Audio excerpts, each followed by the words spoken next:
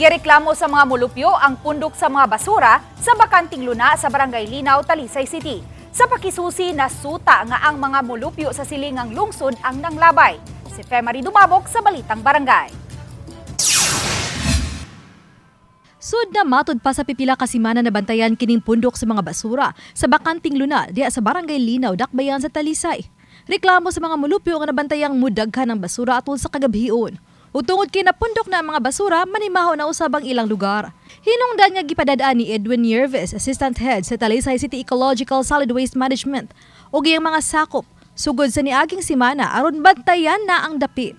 Nasakpan nila nga sagad sa mga manglabay sa mga basura, mga mulupyo sa usa ka subdivision sa silingang lungsod.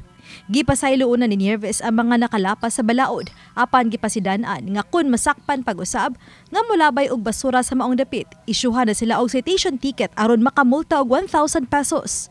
Ang mga sakop na sa ESWM ang nanglimpyo sa maong lugar. Akong napostingan sa mga tao, unya akong ipalimpyuhan, akong ipalimpyuhan dito ang area, unya ipostingan ako 24 hours old sa semana. Unya natin nadagpan, mama natin na i-apprehend po.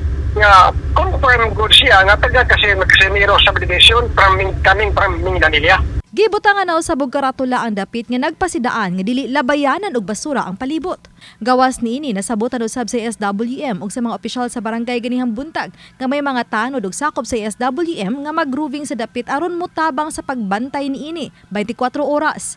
Laing duha ka dapit sa barangay Lakip na sa gipabantayan kay gihimo na usab kining labayanan sa mga basura sa pipila ka mga mulupyo sa silingang dapit. Subling pahimangno sa opisyal nga matag adlaw Lunes, Miyerkules ug Biyernes sa buntag ang pagkolekta sa basura sa Barangay Linaw. Nanginaw tong opisyal nga mosunod ang mga mulupyo sa lagda aron kalikayan ang pagbaha tungod sa basura sa panahon nga mobundak ang kusog nga uwan. Uban ni Clans Gabutin og Rod Prado, Femari Dumabok. Balitang Bisdak.